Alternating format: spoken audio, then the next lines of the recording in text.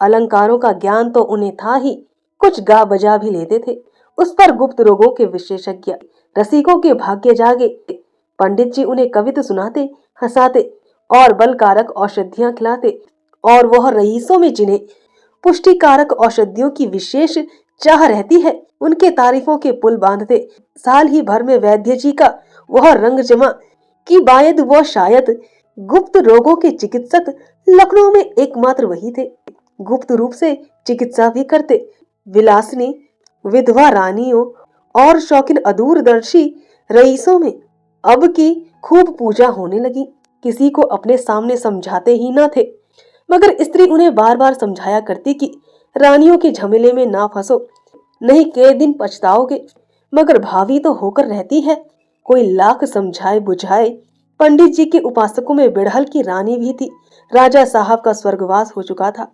रानी साहिबा न जाने किस जीर्ण रोग से ग्रस्त थी। पंडित जी उनके यहाँ दिन में 5-5 बार जाते। रानी साहिबा उन्हें एक क्षण के लिए भी देर हो जाती तो बेचैन हो जाती। एक मोटर नित्य उनके द्वार पर खड़ी रहती थी। अब पंडित जी ने खूब केंचुल बदली थी, तजेब के अचकन पहनते, बनारसी साफा बांधते और पंप जूता डांटते थे।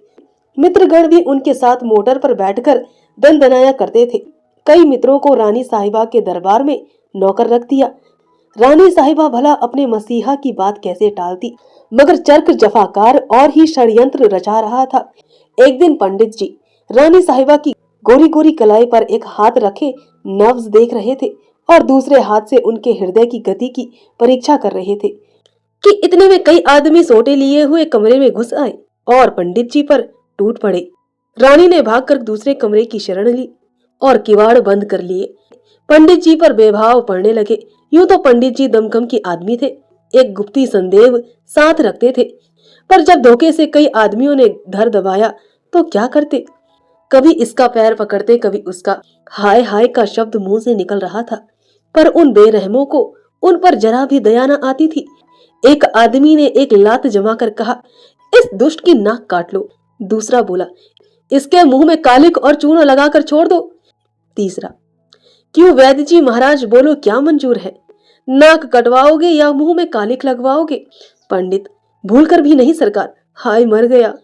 दूसरा, आज ही लखनऊ से रफरेट हो जाओ, नहीं तो बुरा होगा।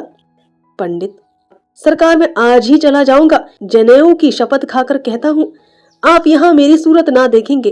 तीसरा, अच्छा भाई, सब कोई इसे 5-5 लाते लगाकर छोड़ दो।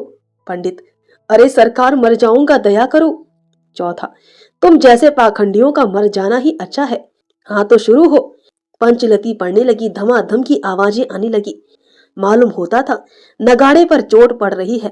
हर धमाके के बाद एक हाय की आवाज निकल आती थी, मानो उसकी प्रतिध्वनि हो। पंचलती पूजा समाप्त हो जाने पर लोगों ने मोटे राम जी को घसीटकर बाहर निकाला और मोटर पर बैठाकर घर भेज दिया। चलते चलते चेतावनी दे दी कि प्रातः काल से पहले भाग खड़े होना, नहीं तो और ही इलाज किया जाएगा। मोटे राम जी लंगड़ाते कराहते लकड़ी टेकते घर में गए और धम से गिर पड़े। चारपाई पर गिर पड़े। स्त्री ने घबराकर पूछा, कैसा जी है? अरे तुम्हारा क्या हाल है? हाय हाय, यह तुम्हारा चेहरा कैसा हो गया? मोटे, हाय भगवान, मर गया। स्त्री, कहाँ दर्द है? इसी मारे कहती थी बहुत रबड़ी ना खाओ, लवण भास्कर ले आऊं। मोटे, हाय दुष्टों ने मार डाला, उस चंडालिनी के कारण मेरी दुर्गति हुई, मारते मारते सबों ने मुरकुस निकाल दिया। स्त्री, तो यह कहो कि पिट कर आए हो? हाँ पिटे हो, अच्छा हुआ। हो तुम लातों ही के देवता, कहती थी कि रानी के यहाँ मत आया जाया करो, मगर तुम कब सुनते थे। मोटे, हाय हाय, डांड तुझे भी इसी दम कोसने की सूझी। मेरा तो बुरा हाल है और तू कोस रही है। किसी से कह दे ठेला वेला लावे, रातों रात लखनऊ से भाग जाना है, नहीं तो सवेरे प्राण न बचेंगे। स्त्री, नहीं, अभी तुम्हारा पेट नहीं भरा, अभी कुछ दिन और यहाँ की हवा खाओ। कैसे मजे से लड़के पढ़ाते थे। हाँ, नहीं तो वैद्य बनने की सूझी। बहुत अच्छा हुआ, अब उम्र भर ना भूलोगे।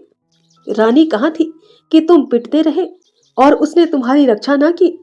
पंडित, हाय हाय, वह चुड़ैल तो भाग गई उसी के कारण। क्या जानता था कि यह हाल होगा, नहीं तो उसकी चिकित्सा ही क्यों करता। स्त्री, हो तुम तकदीर के खोटे, कैसी वैद्यकी चल गई थी, मगर तुम्हारी करतूतों ने सत्यानाश मार दिया। आखिर फिर वही पडोनी करनी पड़ी। हो तकदीर के खोटे। प्रातःकाल मोटे राम जी के द्वार पर ठेला खड़ा था और उस पर असबाब लद रहा था। मित्रों में एक भी नजर न आता था। पंडित जी पड़े करहा रहे थे और स्त्री सामान लदवा रही थी माधुरी से। धन्यवाद दोस्तों, आशा है आपको यह कहानी पसंद आई हो।